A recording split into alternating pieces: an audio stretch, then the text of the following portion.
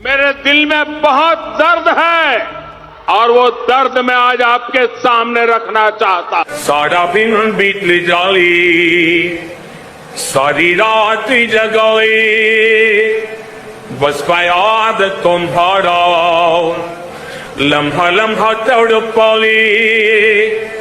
ये तड़प के मिट्टी जाए बापी दे तेरे मेरे दरमियान जो है सादे।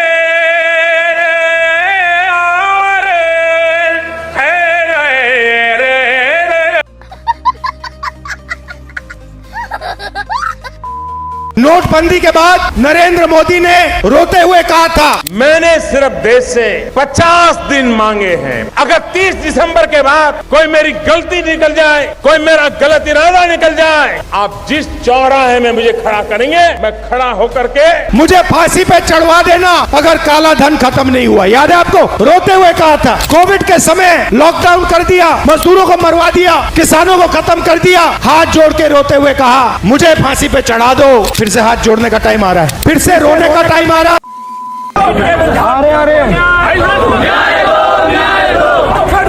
संघर्ष करो, हम तुम्हारे साथ हैं। हम तुम्हारे साथ हैं। भाई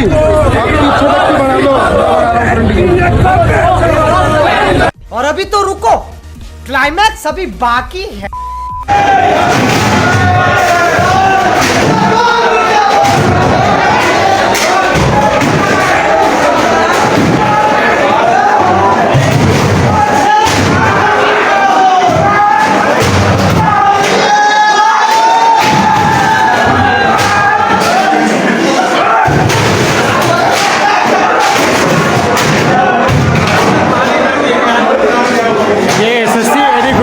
एग्जाम ले रही है और एसएससी जीडी में धांधली हो रही है। सीता सिंह कॉलेज है तो लड़के तोड़फोड़ कर रहे हैं।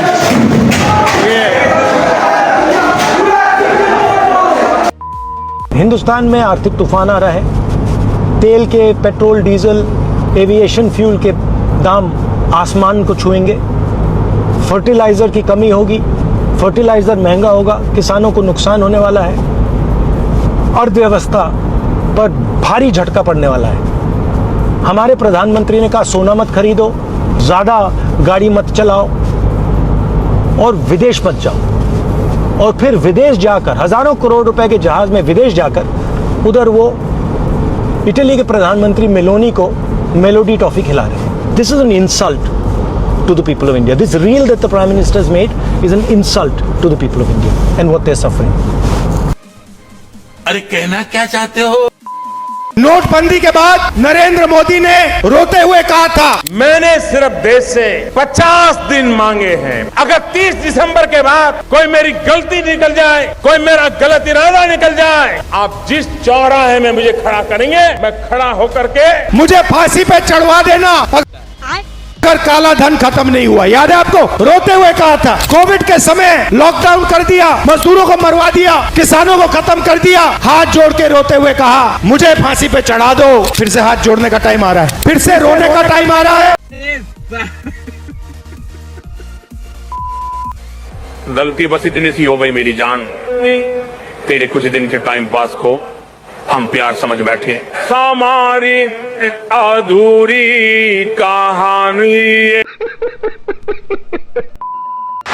80 बार पेपर लीक हुआ है और 2 करोड़ युवाओं का भविष्य बर्बाद हुआ है। अगर सरकार आपकी रक्षा नहीं कर सकती है तो ऑपोजिशन आपकी रक्षा करेगी। क्या बोला तूने?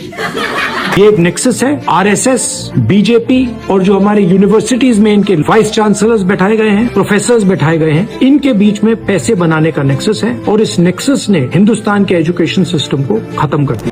Good question, you are a good question. NEET का पेपर हुआ था, वो लीक हो गया। उसके कारण जो है एक बेहद गरीब फैमिली है सीकर की, उनके बच्चे ने सुसाइड कर लिया। ये आपसे बात करना चाहते हैं भैया। उनको वापस तो नहीं ला सकते, मगर अगर हम कोई मदद कर सकते हैं तो प्लीज बता दीजिए। हाँ, ये न्याय चाहिए हमें। तो बात ये है कि जैसे पेपर माफिया उनको फांसी हो या उनको ऐसा कठोर कानून बने।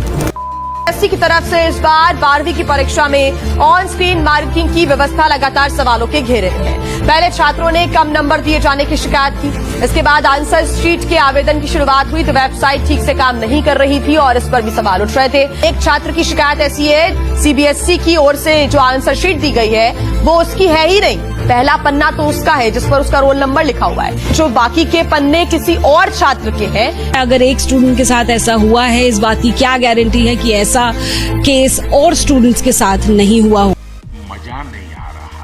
स्टूडेंट्स और हमारे पेरेंट्स रोड्स पर इतनी गर्मी में सर लड़ रहे हैं इंसाफ के लिए, लेकिन सर हमारे लिए कोई भी कार्यवाही नहीं कर रहे। धर्मेंद्र प्रधान जी हिंदुस्तान के एजुकेशन मिनिस्टर कहते हैं कि मेरा कुछ लेना देना नहीं। प्रधानमंत्री को इमीडिएट ऑर्डर देना चाहिए कि धर्मेंद्र प्रधान जी को इस्तीफा दें, उनको सैक किया जाए और जो गिल्टी लोग हैं उनको पकड़ के।